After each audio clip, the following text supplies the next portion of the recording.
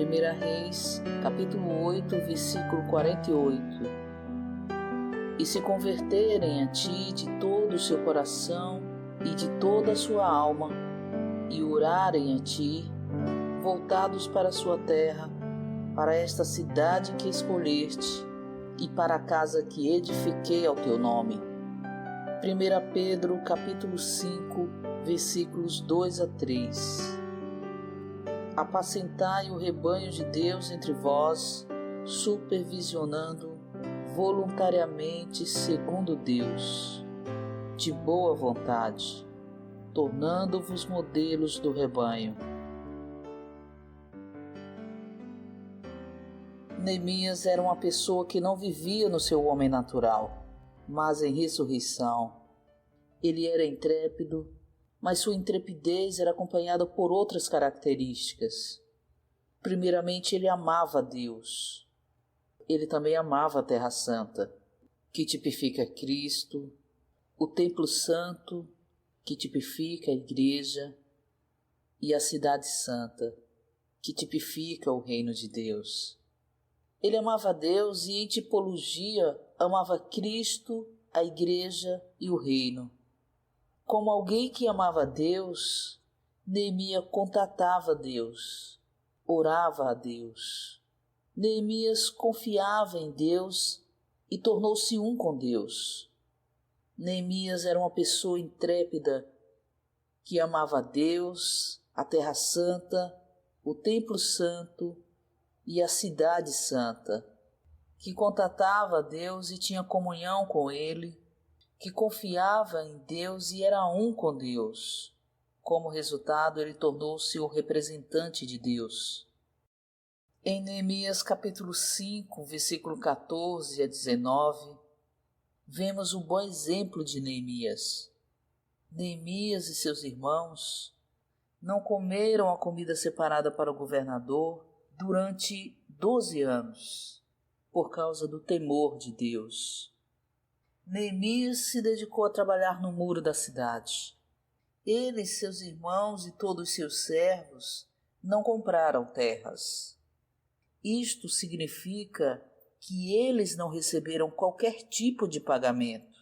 Pelo contrário, ele alimentava abundantemente 150 judeus e magistrados, além dos que iam a ele das nações ao redor, não exigindo a comida designada ao governador, pois a obra de edificação era pesada sobre o povo.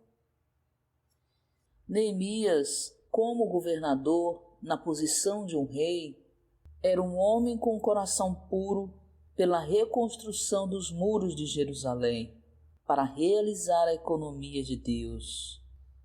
Ele não era egoísta, nem buscava seus próprios interesses, e não era condescendente com a concupiscência sexual como todos os reis, inclusive Davi. Portanto, ele estava qualificado para desfrutar a porção superior, a realeza da boa terra prometida por Deus aos seus escolhidos. Em vez de ser egoísta, ele alimentou os outros com a finalidade de edificar o muro.